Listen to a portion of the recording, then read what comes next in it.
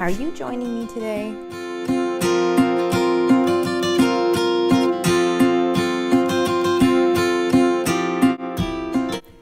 Hey guys, Jellica here from aprettyfix.com, and today I'm really excited to be participating in the Fall DIY and Decor Challenge hosted by Christina over at the DIY Mummy.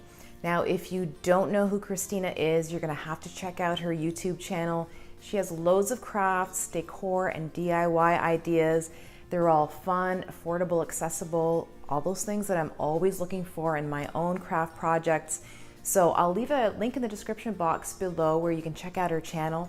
And when you do, you'll see a playlist of all of the other participants who are collaborating with this challenge. So for my part, I decided to do this foraged fall wreath.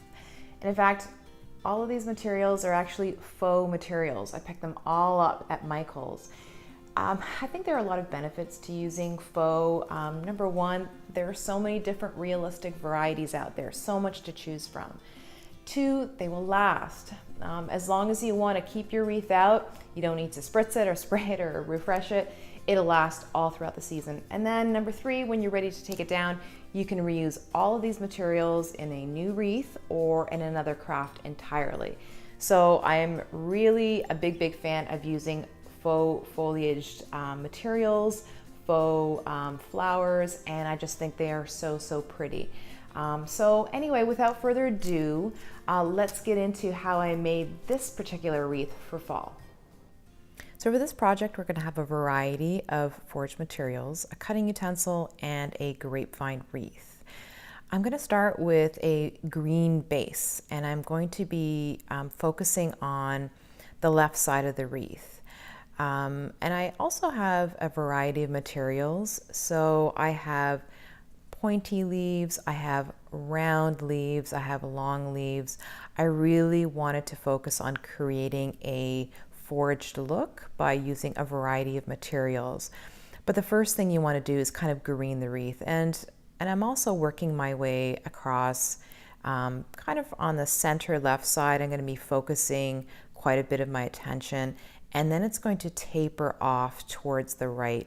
And you'll see as I continue adding greens to it, how that look will come together.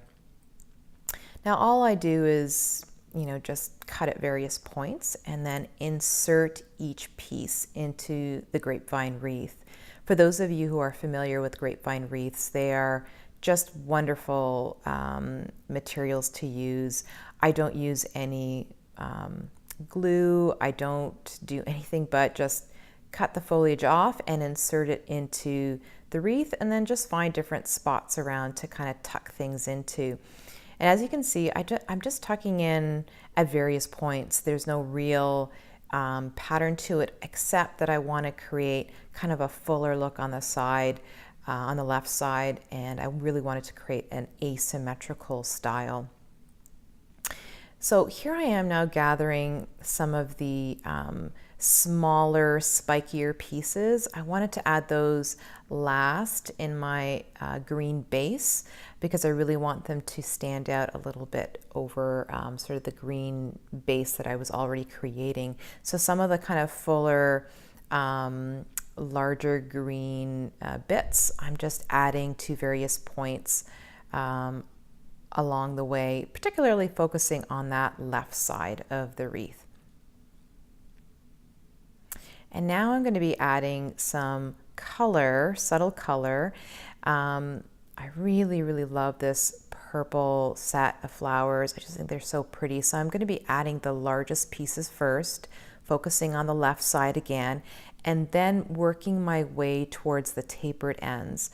And so I really love that kind of look. And then these blue flowers, these little blue buds, I just think they're so pretty. So I'm adding them closer to the purple flowers, just to add a little bit of interest and to group them together. And then I'm just kind of finding my way across towards the tapered ends, just to ensure there's an even spread of all of these colors. And of course, for me, I love adding white to a lot of pieces. And because this is early on in the season, I don't mind adding these bits of white. I think they add a really pretty contrast and definitely points in the direction of kind of an early fall foraged look.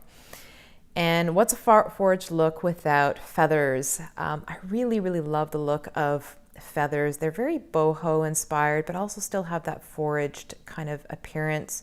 You know, when you're stumbling across feathers that have fallen off. You know, I just love that look. And I wanted to add some branches as well, just little twigs, just to add around the edges. Again, just to kind of keep within that foraged feel. And then finally, these are my autumn colors that I'm adding in. I really love these orange bits. I had a lot of different orange bits to choose from, but I really love the look of these berries.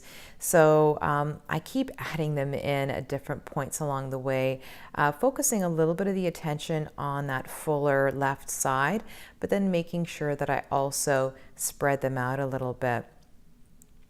Now, at some point, you'll notice that, you know, the top bit is a little bit fuller than the bottom bit. So I spend a little bit of time adding extra greenery and some extra bits to the bottom portion where I thought it was a little bit thinner than I wanted it to be.